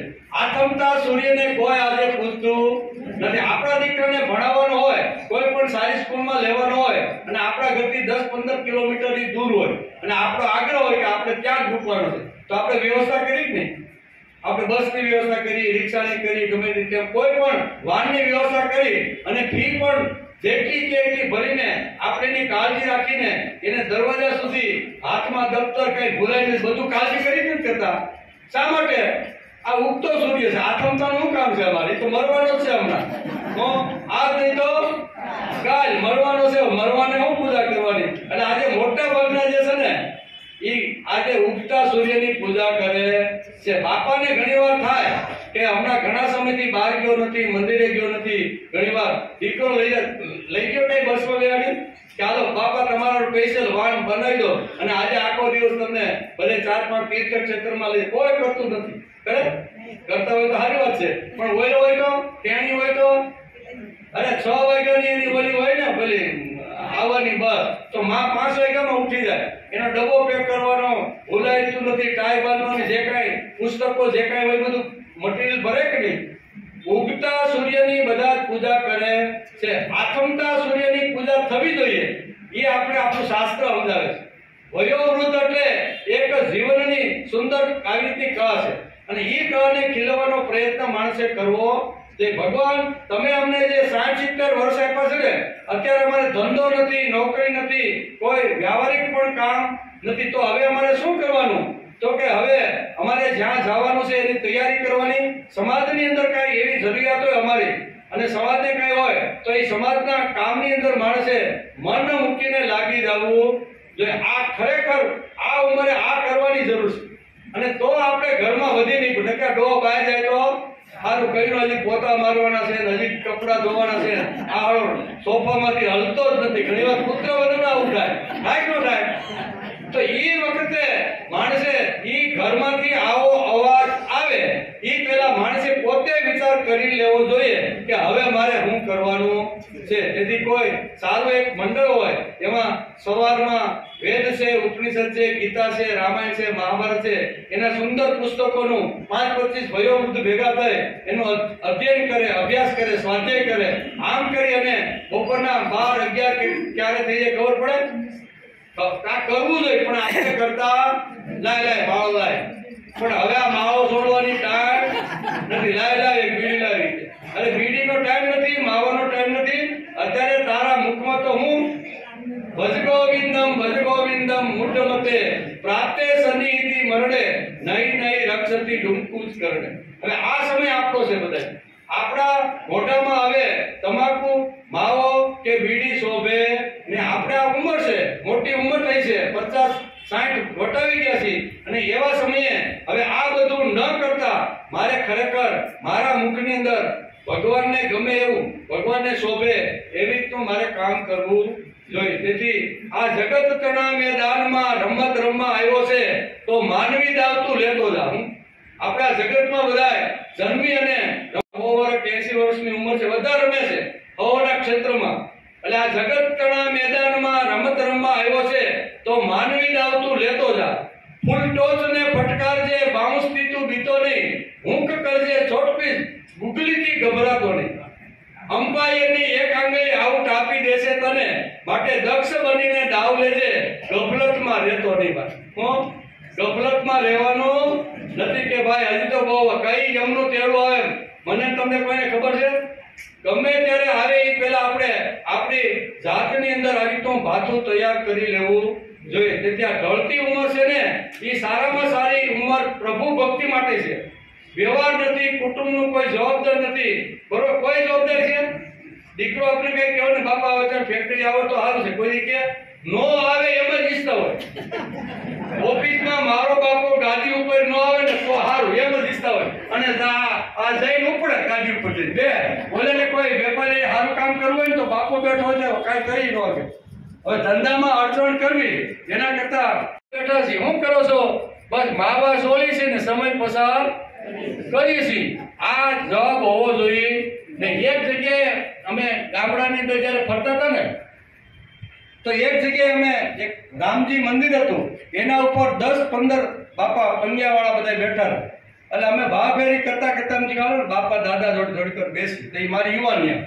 એટલે અમે બધા શું છે દાદા, કેમ છો મજામાં? એ કે મજામાં છે. કેમ મજામાં છો? એ કે અમે અહીંયા ઘણા સમયથી બેસી છીએ. પહેલા જે બેસતા હતા ને, પહેલા અમે જ્યારે બેસતા હતા ને ત્યારે ગામ ગપાટા મારતા હતા, બીડી પીતા હતા, તમાકુના છોડતા હતા. ગામમાંથી કોઈ આવ્યો ગયો છે તો એનું નોંધ લેતા હતા. એ આવ્યો ને પાછો અડધી કલાકમાં કેમ ગયો, એનું કાંઈ થયું હોય એવું લાગતું. એટલે ગઈકાલે તો જોવા આવ્યા હતા પણ આજ પાછું કાંઈ ઠેકાણું. આવું બધું કરતો બધું હોય ને એનો બધાને એક માનહાર કેન્દ્ર છે. અમે બધા માનહાર કેન્દ્રમાં બેસતા ગયા, એમાં સરસ મજાની વાર્તા, સરસ મજાના શ્લોકો, સરસ મજાનું આવી તો થયું. અને પછી અમને લાગ્યું કે આપણે જે રામજી મંદિર ઉપર બેસીને જે કરી છે ને એ કરવા જેવું નથી, કરવા જેવું તો આ છે. એટલે અત્યાર સુધી અમે 10-15 વર્ષ તો આવું જ કર્યું. ગામનું સર્વે ઓલા શંખલા હતા ને તે આપણે બધા કહી ને કે દેવ અને દાનવનું યુદ્ધ થયું અને સમુદ્ર મંથન થયું. એમાંથી અનેક પ્રકારના રત્નો ને ઘણા બધા ઘોડા ને ગાય ઘણું બધું નીકળ્યું. તો એમાં બધું નીકળ્યું તો કોઈ દેવો લઈ ગયા ને કોઈ અસુરો લઈ ગયા, કોઈ મહાદેવ લઈ ગયા, જે હતું ને બધું ભગવાન હતા એ લક્ષ્મી લઈ ગયા. આવું બધું અલગ અલગ નીકળ્યું અને નીકળી અને એ બધું થયું. અને પાછળ એક બહુ લેવું ને તો શંખલા નીકળ્યા.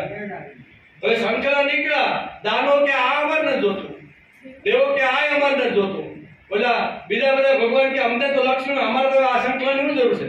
બધા કે આ નાખવું ક્યાં, ક્યાંક નાખવા તો ખરા ને. સમુદ્ર મંથન માંથી નીકળે એ વસ્તુ કોઈને આપવી તો પડે ને. તો કે શું કરવાનું?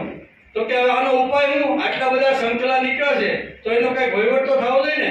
તો એક દેવ હતો, એને સલાહ આપી કે આજે બધા શંખલા છે ને એ ગામડે 5-25 નાખી આવતા.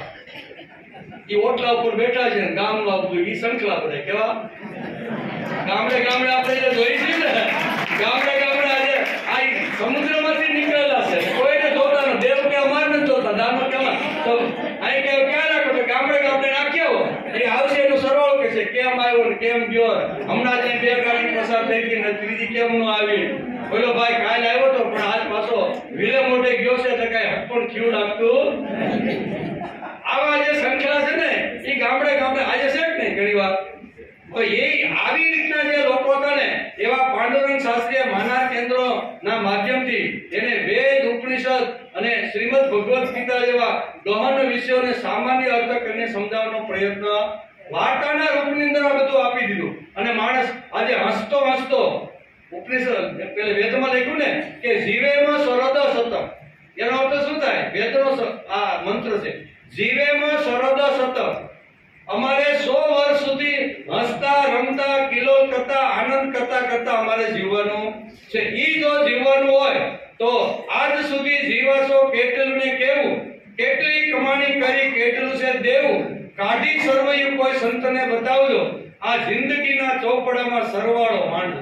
આ સરવાળો માંડવાનો આપણો વયોવૃદ્ધનો સમય આવી ગયો છે. તેથી વિચારવું જોઈએ કે આવો સરસ મજાનો માનવ દેહ આપ્યો, પરિવાર માટે વાપરો, ધંધા માટે વાપરો, નોકરી માટે વાપરો, બરોબર, ગૃહસ્થાશ્રમ ચલાવવું જોઈએ. એટલે મહેનત તો કરવી જ પડે, પણ હવે માણસે થોડું પાછું વાળીને જોવાનો પ્રયત્ન કરવો જોઈએ કે હવે મારે જ્યાં જવાનું છે ને એ મારી જોડે શું આવે, તો મારી જોડે કરેલું કર્મ સિવાય કોઈ વસ્તુ આવતી નથી. કોઈ પણ શાસ્ત્ર ખોલો અને પડોશમાં ઘણા મરાય છે, ગામમાં મરાય છે, પૂછ્યું કે તારી જમીન ગઈ, તારી ભેંસ ગઈ, આ પત્ની કે પતિ તારે એની જો પત્ની મરે તો પતિ ગયો, બરોબર, કોઈ જાતું તો જાય શું? તો આપણે શાસ્ત્રકારે બહુ સરસ લખ્યું કે ધનાની ભૂમો પચવસે ગોષ્ઠે ભાર્યા ગૃહદ્વાર જન સંસાને દેહ ચિત્તાય પરલોક માર્ગે પરમાનુ ગો ગચ્છતિ જીવ. આમ શાસ્ત્ર આપણું કહે છે ધનાની ભૂમો, જૂના કાળનો શ્લોક છે, આજનો નથી.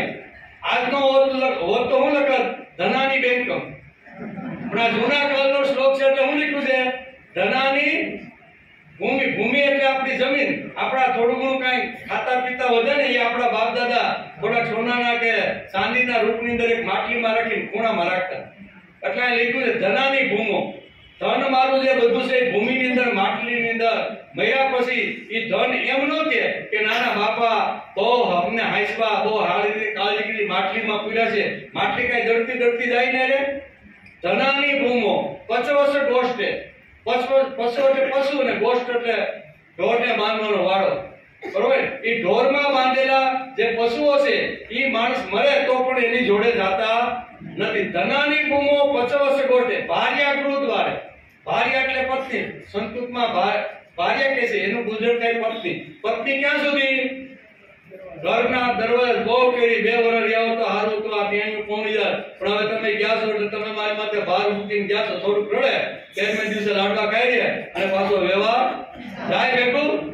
ધનાની ભૂમો પચવસે ગોષ્ઠે ભાર્યા ગૃહદ્વારે જન સંસાને, જેના માટે મેં ભગવાનને છોડ્યા, સ્વાધ્યાય છોડ્યો, સારી પ્રવૃત્તિ છોડી, ભગવત કાર્યમાં લાગ્યો નહીં અને વ્યવહારમાં જ્યાં બોલાવે ત્યાં કાંઈ જરૂર ન હોય તો જઈને ઉભો રહે, એના માટે જે સમય વાપરો એ જન એ ચિંતા પડે ત્યાં નથી. બહુ કરી ભારી કરી મિત્ર હારો હતો લાય લે પીડી ન્યાય પાછી પીડી માગે હું લાય એ જન સંસાને.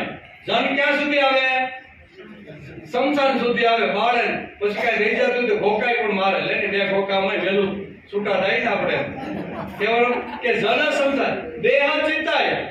આ દેહને શણગારવા માટે કલાક 2 કલાક ભાઈઓને બહુ વાર ન લાગે, એ તો માથે પાઘડી પહેરી સોની પહેરીને હાલો ક્યાં તો કે સિનિયર સિટીઝનમાં જાવ, પણ બહેનોને કે 1 કલાક વહેલું કેવું પડે. શું કેવું પડે? 1 કલાક વહેલું કેવું પડે. પછી ટાબક ટીવી કે વળી પાડી પહેરીને બહાર નીકળે તો પડોય કે ક્યાં તો કે સિનિયર સિટીઝનમાં જવું છે. કે આ હાડી નથી આવી અને કરતા કાલ પહેરી હતી ને એ બેન પાછી ચડે સડક નહીં. પછી એની બંગડી બધું જોઈએ કે આ તમારું સેટિંગ નથી, હાડી આ સેટિંગ થતું નથી. એના કરતા સેટિંગ હોય તો ચાંદો વાંડો તો સેટિંગ હોય એ પાછા ઉપર ચડે એમ કરીને 1 કલાક કાઢ નાખે સેટિંગ. એ સેટિંગમાં જે શરીરને હાંચવાનો પ્રયત્ન કર્યો એ શરીર ક્યાં સુધી આવ્યું? બેઠું ક્યાં સુધી શરીર હતું? આવ્યું કઈ શરીરમાં કોઈ ભેગું આવતું તો આવે હું ભાઈ? ધનાની ભૂમો પચવસ ગોષ્ઠ ભાર્યા ગૃહદ્વાર જન સંસાને દેહ ચિત્તાય પરલોક માર્ગે કર્મનું ગો ગસતી જીવ. જીવ જ્યારે આ જગત છોડીને જાય છે ત્યારે એને કરેલા કર્મો જેની જોડે આવે છે. સારું કર્યું હોય તો સારું જાય અને ખરાબ કર્યું હોય તો કર્મ જેની જોડે જવાનું છે. તેથી આ મોટી ઉંમરે હવે સારામાં સારા સમાજના ઉત્કર્ષ માટે, સમાજના કલ્યાણ માટે અને મારા વિકાસ માટે બે કામ કરવાના. એક તો હું એવું કર્મ કરું કે જે કર્મ કર્યા પછી મારો સમાજનો વિકાસ થાય, અને એ કર્મ એવું કરું કે મારું આંતરિક જે મન છે ને એ પણ વિકસિત થાય, એટલે સમાજનું કલ્યાણ થાય અને મારું હિત થાય. આવું કલ્યાણ છે, એ કલ્યાણ આપણી જોડે આવવાનું છે. તેથી માણસે પ્રયત્ન કરી લેવો જોઈએ કે અમે જે સમાજમાં જીવીએ છીએ, જે ઘરની અંદર જીવીએ છીએ, જે વ્યવહાર કરતા રહ્યા છીએ, એની અંદર આ ઉંમરે અમારી વધારેમાં વધારે શક્તિ છે ને એ સમાજના કાર્યમાં, યજ્ઞીય કાર્યમાં. યજ્ઞીય કાર્ય એટલે આ બધું કાર્ય કેવું 5 લોકોથી વધારે સમૂહમાં મળીને જે કામ કરે ને એને યજ્ઞીય કાર્ય કહેવાય છે. તો યજ્ઞીય કાર્યની અંદર થોડું ઘણું આમ એકાબીજાનું અભિમાન, એકાબીજાનો અહમ ટકરાય, તો જે વખતે હું સમૂહમાં યજ્ઞીય કાર્યમાં જોડાયેલો છું તે વખતે મારો અહમને મારે ઘેરે મૂકીને મારે યજ્ઞીય કાર્ય સમૂહની અંદર જોડાવાનું છે. એસોસિએશનમાં આપને સમજાવે, એસોસિએશન એટલે ખાલી 5-25 લોકો ભેગા થઈ ગયા, 500 ભેગા થઈ ગયા અને બધાને નામ લખીને સભ્ય પદ આપી દીધું એટલે નહીં. પણ આ વસ્તુ કે અમે જે સમાજમાં રહીએ છીએ એની અંદર અમારો વ્યક્તિગત કોઈ પ્રકારનો અહમ હોવો જોઈએ નહીં. અને ભગવાનને નાકે દમ, ધર્મરાજને નરોવા કુંજરે બોલાવતા ભગવાનને કુરુક્ષેત્રમાં નાકે દમ આવી ગયો છે. મહાભારત વાંચો. આ ધર્મ અને સત્ય ઉપર ઉભેલો ધર્મરાજ કહે છે કે હું કોઈ અસત્ય બોલું જ નહીં. મરવા હોય તો પાંડવો મરે, કૌરવો મરે તો ભગવાન કે બોલ મોઢામાંથી, નકર આ તારો આગળ દ્રોણાચાર્ય બધાને ખલાસ કરી નાખશે. ઈ કે નો જ બોલું એમ કરીને ભગવાને જબરજસ્ત આવીનો પ્રયત્ન, ભગવાનને પરસેવો છૂટી ગયો. ઈ કે અર્ધો સત્ય બોલું. નરોવા કુંજરો પણ બોલવું તો પડ્યું ને. એક વેદ ધરતી ઉપર રથ આવી ગયો, મહાભારતમાં લખે. કહેવાનો અર્થ કે મારો સંઘ જો મજબૂત થતો હશે ને તો અમારી વ્યક્તિગત જે કાંઈ પ્રતિજ્ઞાઓ છે, વ્યક્તિગત જે કાંઈ અહમ છે, વ્યક્તિગત અમારા જે ઈગો લઈને અમે જે બેઠા છે ને, હું તો મોટો ડોક્ટર છું, હું તો મોટો પ્રોફેસર છું, હું તો એમડી આરટીમાં થયેલો મોટો છું, સમાજમાં મારી આટલી બધી આબરૂ છે, આમ છે તેમ છે, એટલે આપણે હવે નાના માણસો ફાવે. અરે તું સંઘનો એક સ્ક્રૂ છો. આ બધો અહમ ઓગાળી અને સંઘની સાથે એકવાર બેસતા શીખ. આ આપણે અહીંયા સિનિયર સિટીઝન ક્લબ, આજે 3 શબ્દો જે છે ને એ આપણે 3 શબ્દો, એક તો આપણે સિનિયર એટલે આપણે ભાવથી વધી ગયેલા, જ્ઞાનથી વધી ગયેલા, ઉંમરથી વધી ગયેલા, સમજણથી વધી ગયેલા, અને જે આવો એક સમૂહ છે એના માટે સિટીઝન શબ્દ છે, બરોબર. તો આવો જે સિટીઝન શબ્દ છે એ અમારા એસોસિએશન, અમારો જે સમૂહ છે એની પ્રગતિ થાય, એની કીર્તિ વધે અને સમાજમાં કહે કે હલતાનું સિનિયર સિટીઝન એટલે સિનિયર સિટીઝન હો ભાઈ.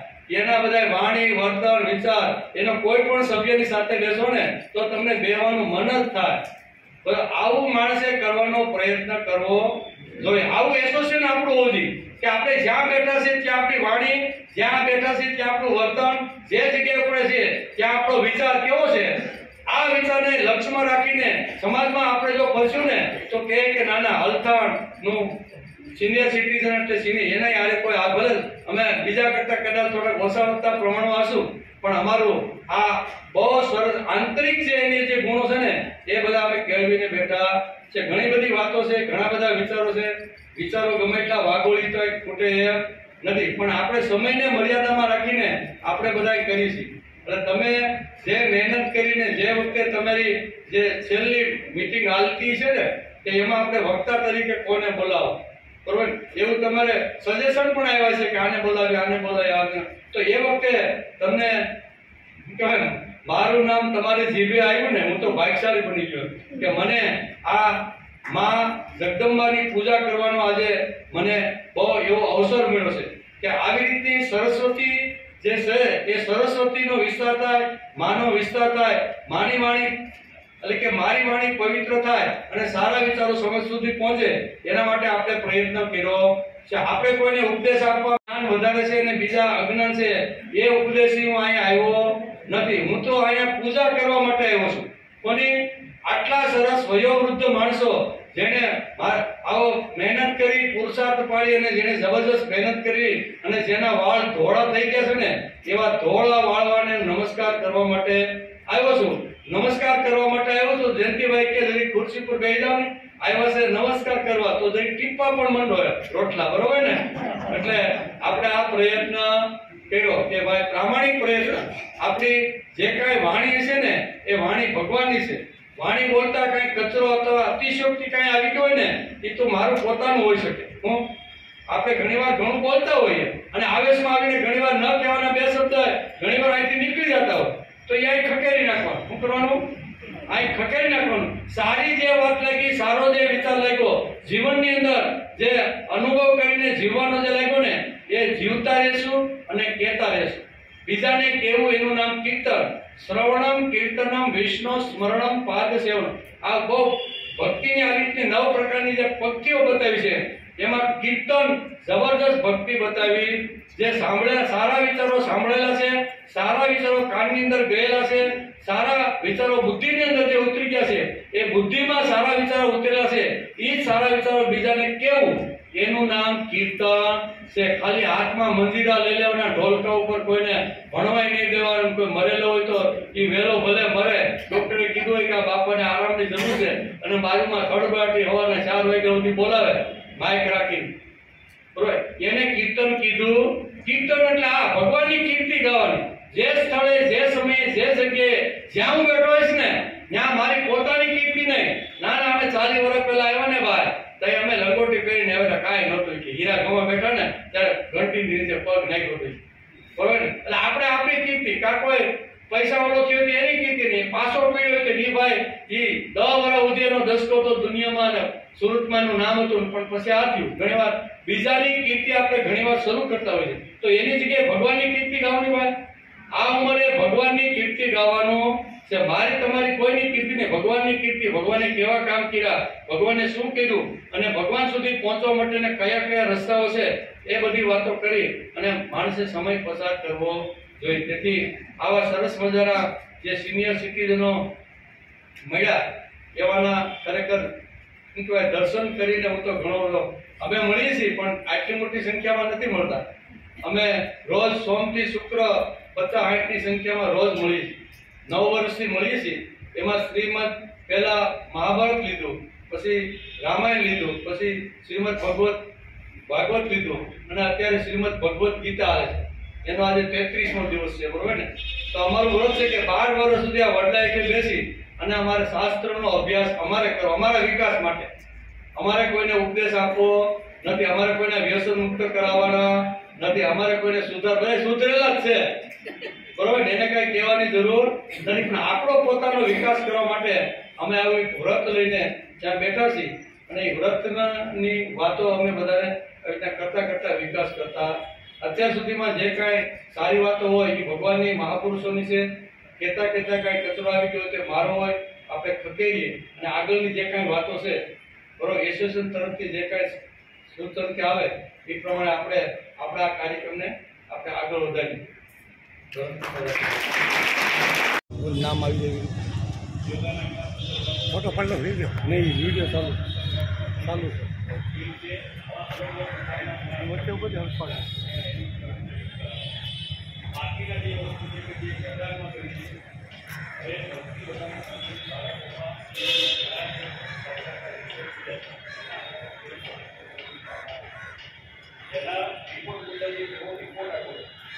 ભારતની અંદર નાટકમાં કરોડરજ્જુથી પગના અને આંખના ચશ્માના અને વિપુલ પગરના પ્રશ્નો એટલા માટે ઉભા થયા કે ભારતનું જીવન હવે બેઠાડો થવાનું. એને મોબાઈલની જગ્યાએ મચેડી નાખી, ટીવીની અને મોબાઈલની જગ્યાએ મચેડી નાખી.